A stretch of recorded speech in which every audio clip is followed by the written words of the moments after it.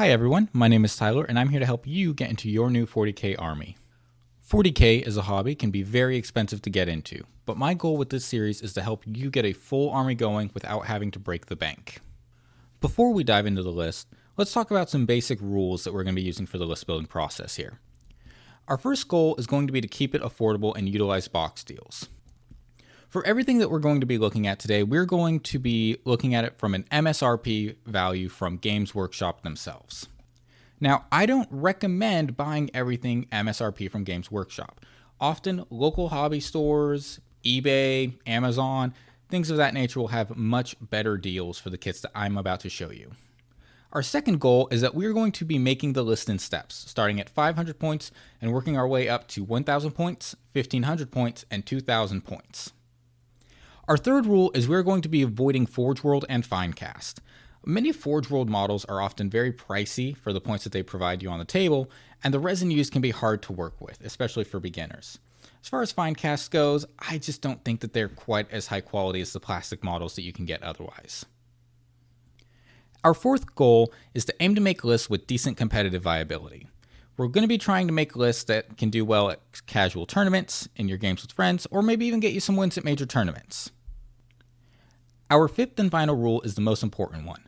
Just because I don't mention a model in my list, it doesn't mean that it isn't good. The most important thing that you can do is collect models that you think are cool.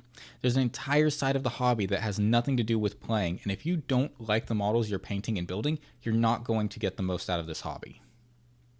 Today we're going to be talking about the Space Marines. Space Marines are the poster child of Warhammer 40k.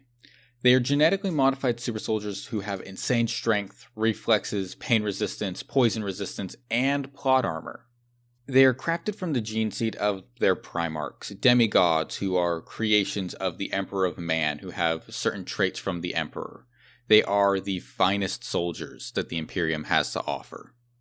On the Loyalist side, we have 9 separate legions that all have very different ideals, methods, beliefs, and recruitment philosophies from one another.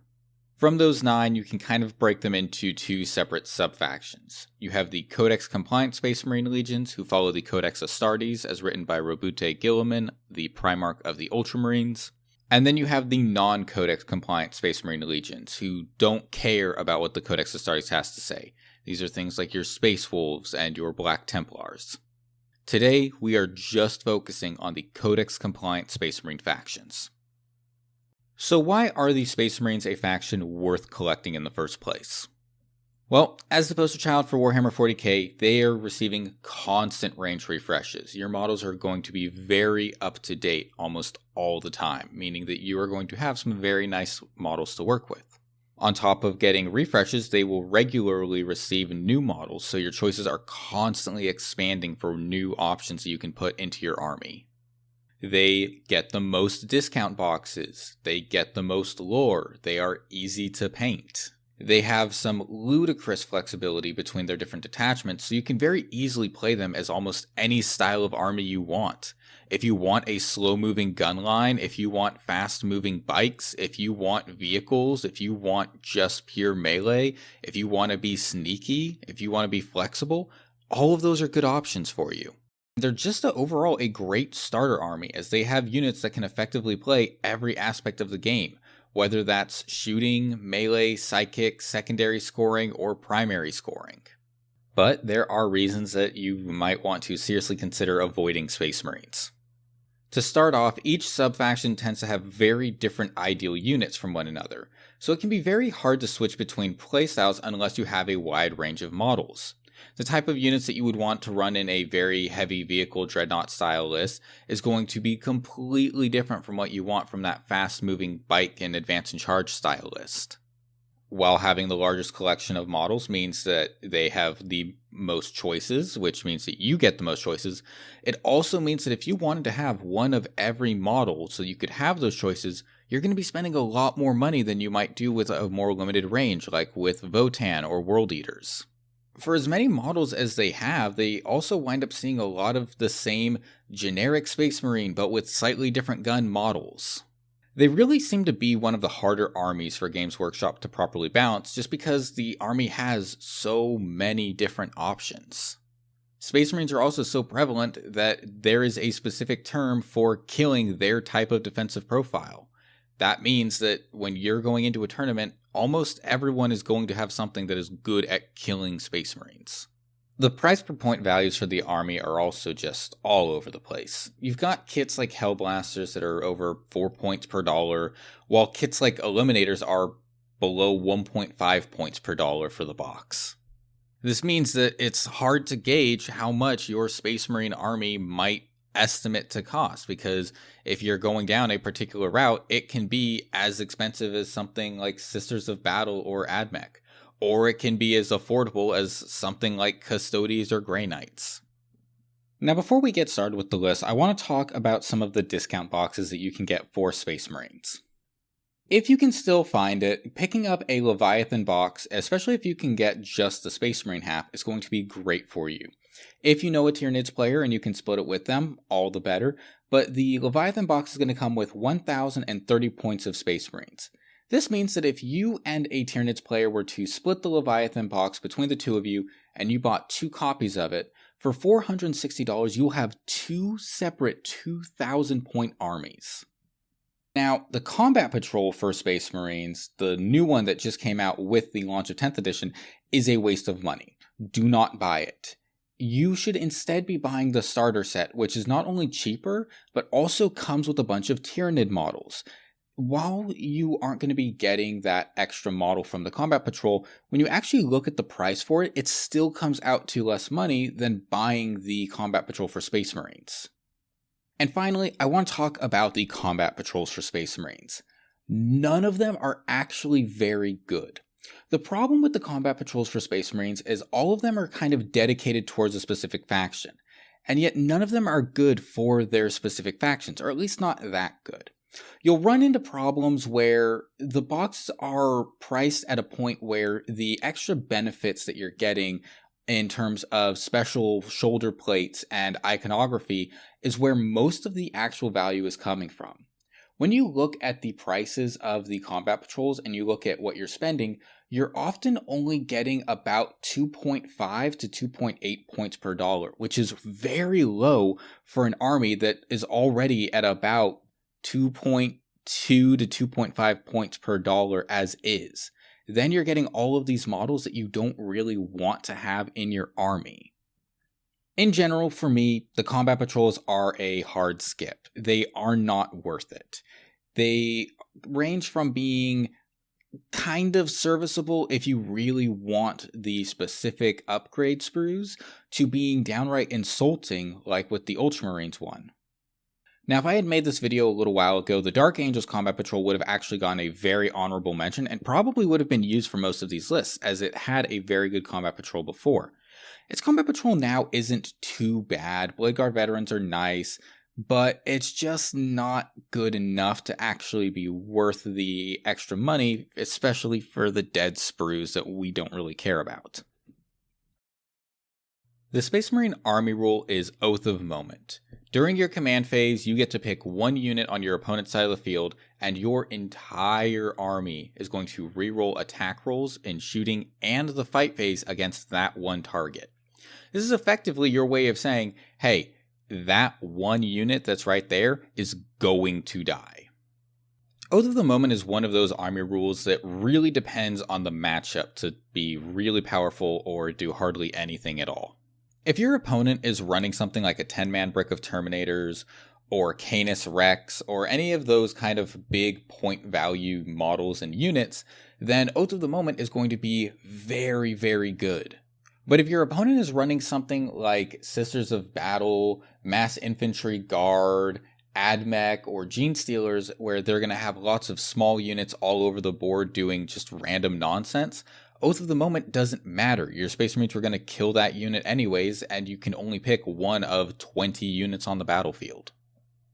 The first detachment that we're going to be taking a look at today is going to be the Gladius Task Force.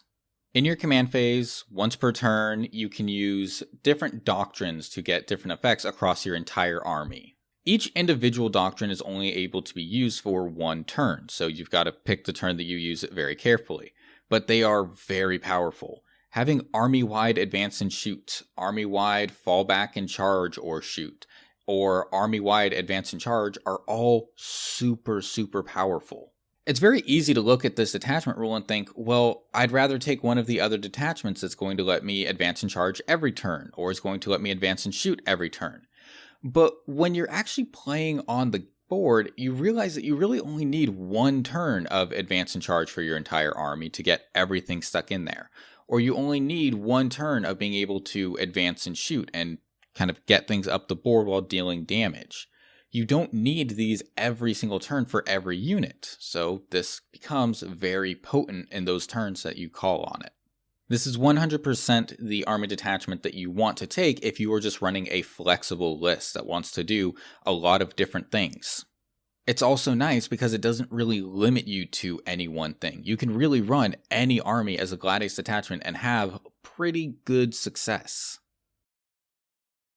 This first style of list is actually going to kind of go hand in hand with the unending swarm detachment that I did in my Tyranid video. This is because you're going to wind up getting a lot of Tyranid models out of the starter set anyways, so if you wanted to start up a second, or maybe this is even going to be your third, fourth army, being able to just have a bunch of Tyranids ready to go for that is great. Alternatively, you've been splitting starter sets with a friend of yours, and you each decide that you want to buy multiple starter sets so you can get as many good savings as possible. Either way, this is going to start off with one starter set and one scout squad. When we're looking at the list, we're going to be just running it as the one captain in Terminator armor with a Stormbolter and Relic Fist, going with a 5-man Terminator squad that's going to have 5 Chain Fists and a Cyclone Missile Launcher. Then we're going to be having the 5-man Infernus Marines and the 2 separate 5-man Scout Squads with a Heavy Bolter and 4 shotguns. Now, I'm not going to be worried about any kind of what you see is what you get for this list. If you really wanted to do that, then you could go out and buy a box of Terminators later, build all of the special weapons that you want, and then use the basic Terminators that are in here as kind of a filler for the non-special weapons Terminators that you bought in those future boxes. At 1,000 points, we're going to be going and picking up that second copy of the starter set, and we're going to be going and picking up a Primaris Redemptor Dreadnought. We really want to make sure that we have some kind of good centerpiece model for this army, just because it's going to feel nice to be able to work on, and vehicles are just good in general right now in this edition. There is one little trick that we're going to be doing with this, and we're going to be running the Terminators as one 10-man with the Chain Fists and the Cyclone Missile Launchers. So the second captain is actually going to be a solo captain. He's not going to be leading any units. This leaves him as a good option for doing deep strike secondary objectives, or potentially just getting in there and harassing opponents on their backline objectives. The 2 Infernus Marines are going to be built into their own separate units, just so that we can have more things across the board. We're going to be dropping one of the Scout Squads temporarily and just having the one. And we're going to be bringing in the Redemptor Dreadnought with the Icarus Rocket Pod, Macroplasma Incinerator, Onslaught Gatling Cannon, and Twin Fragstorm. Gives it a kind of nice all-around package where you'll be able to shoot into vehicles, but still be able to pick up some lighter infantry as well. When we look at 1,500 points, what we're going to do is kind of take this down a little bit of an Ultramarine skew. We're going to be going and picking up Marni's Calgar, and we're going to be picking up 2 boxes of Primaris Aggressors. We're also going to be picking up one Primaris Captain, who we are going to be proxying as Uriel Ventress. Now, at the moment, Uriel isn't going to have any units that he can go with, which makes him kind of a weird pickup.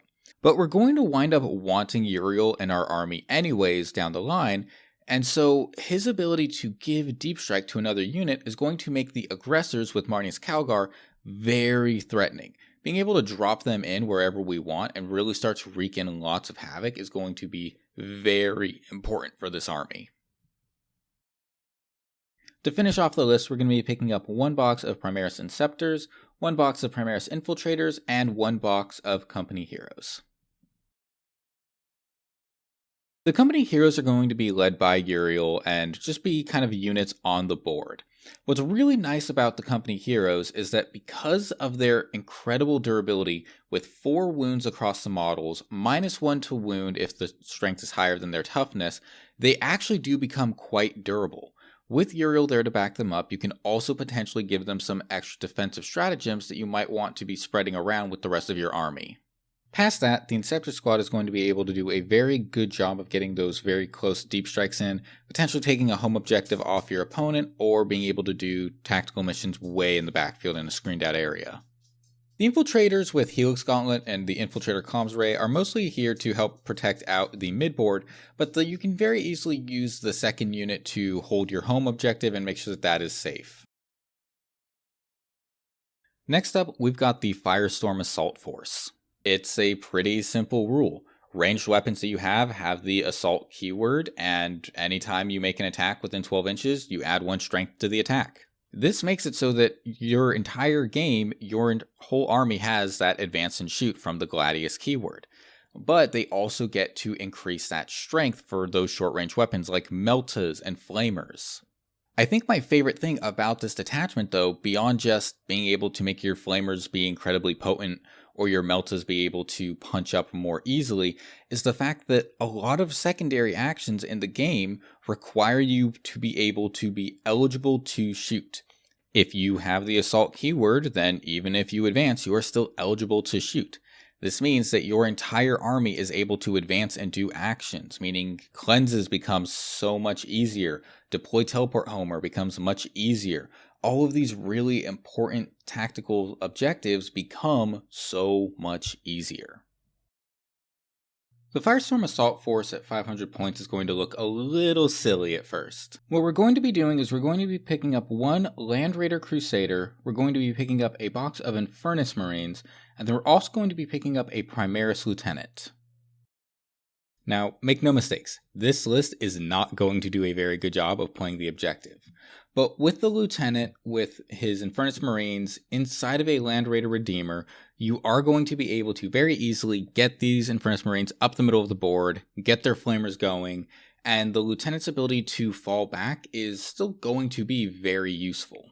Now, the lethal hits on the Lieutenant are completely wasted because you are using Flamers, and I am aware of that, but the Lieutenant is mostly going to be here for later. What's really nice about this list at this threshold is that a Land Raider is just very hard for a lot of people to get rid of, and so you are going to be able to deliver your Infernus Marines to their ideal targets every single game. At 1,000 points, we're going to start being able to see a lot more of what this list is going to look like. We're going to be picking up a box of Primaris Infiltrators, a box of Scout Squad, we're going to be picking up 2 boxes of Primaris Aggressors, and we're going to be picking up 1 Captain in Gravis Armor. The Aggressors with the Captain and Gravis Armor are really going to be the core of your army at this point. Putting all 6 of them with the Captain inside of the Land Raider Redeemer, driving it up the board, and getting those Aggressors into the close range ideal targets you want is going to be massive. Between the combination of rules, you're going to wind up having Strength 5 Flamers with AP 1, Ignores Cover, Twin Linked, and then you're going to be slapping on a free Crucible of Battle on top of it to make them +1 to wound within 6 inches, which you're going to be able to get to because you're coming off of a Land Raider Redeemer who's driving you up the board. This is a lot of damage for these Flamers to be putting out, and pretty much anything that is actually close to you will melt. These Flamers are going to wound anything that's T4 on 2s and anything that's T5 on 3s, which is a lot of the actual bulk of what you would want Flamers to go into anyways. The Infiltrators are likely just going to sit back on your home objective and hold the point. The Infernus Marines will figure something out to do with them. You can either have them be in strategic reserves, or you can just have them walk up the board with the Lieutenant. And the Scout Squad is going to start kind of up the board, being able to either screen or get early charges to kind of keep your opponent stuck in their deployment zone. Looking over at 1,500 points, we're going to be picking up another Land Raider Redeemer, and we're going to be picking up a box of Primaris Hellblasters to add to it. Transports have a lot of synergy with the Firestorm detachment, which is part of why Land Raiders are so good in it. The ability to advance and shoot your Land Raiders is great for getting them to move up the board more quickly, but then also having specific stratagem support that pairs up nicely with them just kind of helps out even more. We're also not running a bunch of particularly fast units, so being able to drive them around is going to get them to exactly where they need to be, which is great for this kind of short-range Flamer and Melta heavy style. Now at this point, the Lieutenant is going to get paired up with the Hellblaster squad, and that 10-man Hellblaster squad is going to be driving around in the second Land Raider, trying to get delivered into those pristine spots where you're going to be able to finally start to blow apart some of those much bigger, heavier vehicles and infantry. And rounding us out at 2,000 points, we're going to be picking up one final Lieutenant, and we're going to be picking up one more box of Primaris Hellblasters. Now the plan's going to be the exact same as it was before. One of the Lieutenants is going to go with Hellblasters and a Redeemer. The other one's going to be holding a Captain Gravis armor with the Aggressors. They're going to be driving up the board. Scout squads are going to do their thing. You're going to have Infiltrators in the middle of the board blocking deep strikes. Infiltrators in the back holding your objective at home. And Furnace Marines can come in from strategic reserves or walk their way up the board. Doesn't really matter that much what exactly you do to get them into range. Just trying to get all of this army into the correct positions is kind of the biggest thing. Once you're in the middle of the board, you have such good options for your overwatches that it becomes very hard for your opponent to make their way into you. The last detachment that we're going to be looking at today is the Ironstorm Spearhead. Once per phase, every unit in your army is eligible to reroll one hit roll, one wound roll, or one damage roll made for a model in the unit. If you're firing on something that isn't your oath target, you can reroll that hit roll. If you are firing on your oath target, then you can basically guarantee that you're going to get wounds in and you're going to get a nice little damage spike in. For the Ironstorm detachment, starting off at 500 points, it's going to be quite different from what we saw with the other two. We're going to be starting off with 2 Primaris Tech Marines, 1 Scout Squad unit, and 1 Redemptor Dreadnought. Now, the Scout Squads are mostly here to help give you space and be able to actually sit on objectives for you, because really what this detachment boils down to is how good is your Dreadnought going to be? Because we've got the 2 Tech Marines who are going to be able to kind of give him their buffs, and he's going to be able to do a lot of damage and be very durable, this can kind of just stat check its way through people's army at these low point values. Moving our way up to 1,000 points, we're going to be picking up one more Primaris Tech Marine, we're going to be picking up a box of Primaris Hellblasters, and we're going to be picking up a second Primaris Redemptor Dreadnought. Both of the Dreadnoughts are going to have the exact same build, and the Hellblasters are going to be broken up into 2 5-man squads so that they can try to hold some objectives for us. Same idea as the Scouts earlier, they're just a little bit more expensive at doing the job. The most important thing is that now we're able to have all 3 of the really powerful Ironstorm enhancements on these Tech Marines who are going to be able to give them out to our Dreadnoughts. We can also start to have our Dreadnoughts kind of being on separate parts of the board and creating pressure in different areas. If you're going Ironstorm, I really hope that you like Dreadnoughts, because we're going to be picking up a 3rd Primaris Redemptor Dreadnought, we're going to be picking up our first Ballistus Dreadnought, and we're going to be picking up a box of Primaris Infiltrators to help round it out with a little bit more infantry for us to work with. Now there's a few things that you could do here. You could cut an enhancement from one of the Tech Marines and then try to fit in the other Infiltrator squad. You could try to put the 2 Hellblasters into one big 10-man unit.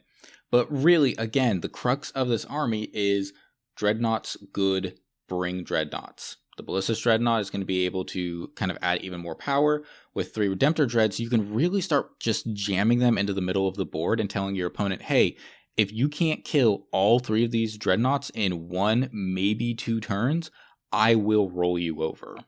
And with things like Adept of the Omnissiah changing an attack to 0 after you fail the save, Master of the Machine War making it so that you can advance and shoot or fall back and shoot to prevent getting tied up, and with the stratagems that you have to be able to give you things like +1 toughness or Armor of Contempt, it is so hard to get these things off those points. As we round this list out, we're going to be picking up one more Ballistus Dreadnought, and we're going to be also picking up Rabute Gilliman. It's going to make this a little bit of an Ultramarines flavored, but his abilities are very worth it. With the space to actually fit all of our infantry, 6 infantry units to be able to try and hold objectives and screen for us, while also having the 3 Redemptor Dreads who can potentially sit on points, is going to give you a lot of objective control to play with. With Robute Gilliman coming in and actually being able to give you a second Oath target, it also means that now your Redemptor Dreads and your Ballistus Dreads can really split fire into multiple different big targets. If your opponent runs out of their tank killing things because you were able to spread out those Oaths, this army cannot be touched. Your opponent needs their anti-tank to be able to match this. Between things like scouts being able to move block them or tie them up, or Redemptors and Ballistas just blowing them off the battlefield, it's hard for them to do that. And that's going to be it for the 3 lists that I have for you today. Overall, I was pretty surprised at just how cost inefficient Space Marines were, even with getting some of these very expensively priced boxes, because they just have so many units that feel like they're the ones that you want to run that are so pricey. When we take a look at the tier list, you could put them in one of 2 places. You could either put them at the very bottom of that $600 to $750 tier, or you can put them at the very top of the $750 to $900 tier. They're kind of straddling that line of $750. Because their price was so high, even with things like spamming Hellblasters, running multiple copies of Infiltrators when you would probably only want one, and things like that, just to try to get the points to an okay spot while still having the army be serviceable, I'm going to put them at the top of the $750 to $900 tier. I think that if you really wanted to run a competitive Space Marine list and you wanted it to look a lot better than the ones that I've got here, you're probably going to be looking at closer to $850 to $900. But I don't think that anything that I've picked up here is bad, and it's not going to be unserviceable. It's just not going to be the absolute best because there are some units that I've included that might be a little on the points heavy side. And that is everything I have for you today. If you enjoyed the video, please consider doing all the YouTube pleasantries. If you want to help support the content so that I can continue to put out videos, consider becoming a member on YouTube or supporting me over on Ko-fi. Supporters receive things like early videos, shoutouts, heavier weight on their votes for community polls for what content I do next, as well as one-on-one help with building up their lists. Thank you all, and I will see you in the next video.